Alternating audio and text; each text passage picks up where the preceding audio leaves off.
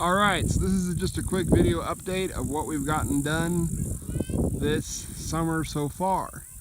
So as I mentioned in my previous video, we started construction this year sometime in March, and I will show you one by one all the different buildings that we got done. So right here is the pavilion. This is kind of the heart and soul of the project at the moment.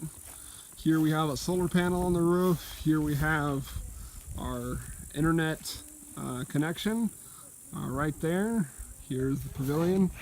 I kind of modeled almost exactly after a pavilion that is at Shadow Valley Ranch, at my grandpa's ranch there in Idaho at the family camp, Shadow Valley Camp. So this is our pavilion, and we take all of our meals here. And this is the internet kind of Wi-Fi hotspot. Rebecca, say hi. Hi. So we have a kitchen here, kind of our summer kitchen and cafeteria. Have a Euro cube up there that we fill up with water, so we have water here in the sink, and then the kitchen, and this is where the cooking happens. Today we were doing Ivan chai, Ivan's tea, so that's there. We have all of our inverters, and we have an inverter I got from China, a multi-PowerPoint inverter when I went to China, and it's hooked up to a generator and solar panel, and it controls the modem and the battery bank right there. So, or it powers the modem through the battery bank. So that's the situation right there, and yeah, so that is the pavilion.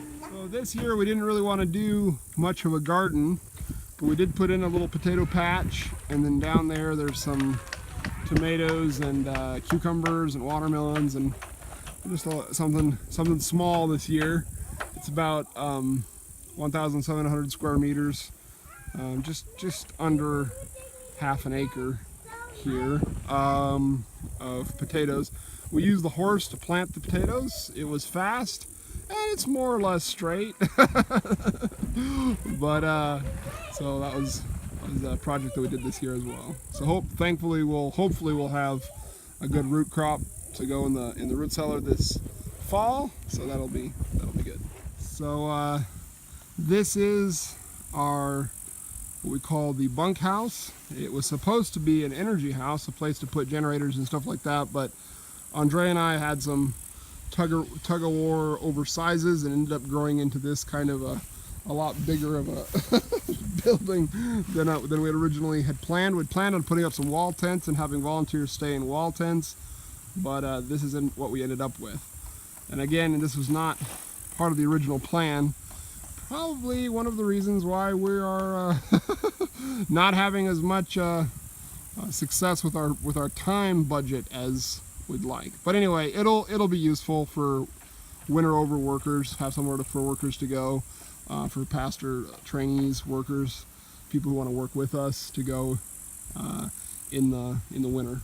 So that is that. People ask me, why are we building with what we use to build, what kind of building styles we used, and we use frame, we use building cants like the Russian building cant system.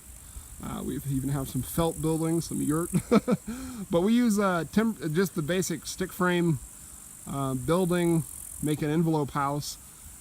Frankly, it's just, when you look at the cost-benefit analysis, of long-term cost-benefit of analysis, a well put together stick frame, 2x6, 6-stud wall, well insulated, is going to be just a lot better insulation value than a log cabin or almost anything else that you can build within that same budget.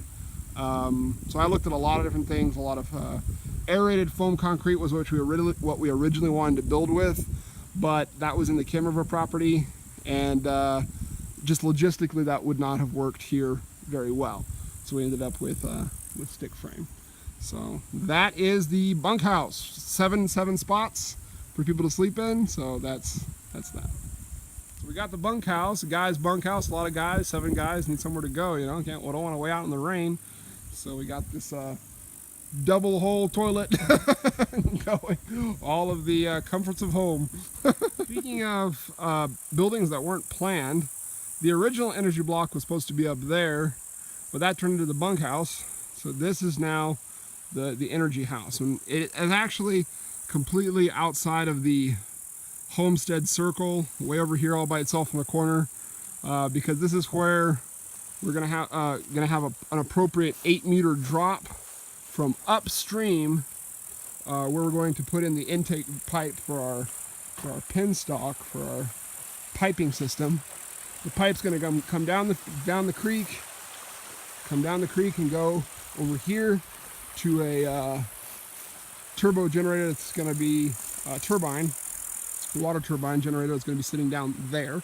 And the power is going to come up to this little building where we'll have our battery banks, charger, inverter, and basically this little building is going to be the input, power input for the property. So basically our power will all come from here and go up to the barn, up to the houses, everything. So that is this little building, built almost completely by Dan Rulson. Thank you, Dan. It's a very nice little, all by himself, little thing. So almost done. That is. So that's that. When we originally envisioned the property, we of course never thought of having the luck of having or the blessing of having a creek, a stream with a good flow and a good drop to be able to put in hydropower. I was originally planning on doing gasification using wood chips and stuff. We will still pursue that as a backup, but we really hope to use the little stream here to power them. So this is the yurt village. We put this up last winter, mostly in October, and then moved in December.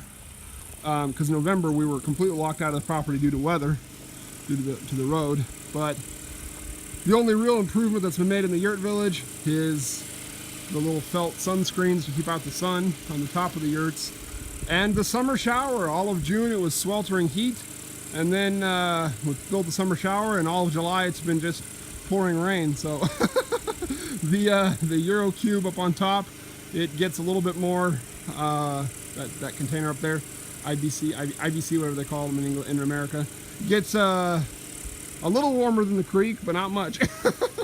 So that is the yurt village improvements so far. Really a huge thanks again to our sponsors who helped us. Yurta, Y-U-R-T-A, 24.ru. These yurts have been really a blessing.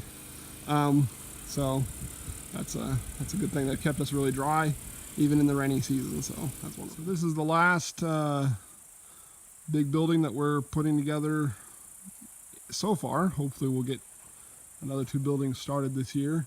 This is the bathhouse. It's 20 by 20, 400 square feet inside. The first floor is done with this Russian style called brus, or building cants. Basically hewn logs, milled log building construction like that. And we're setting all the buildings on posts, kind of on pilings, wooden pilings, so to avoid fines from the Russian government for building permanent buildings on agricultural land. So I didn't want to. We have a roof, we have a foundation, so I decided to put in like an attic, second story kind of a thing up there. So that's what's taking quite a bit of time, extra time on this.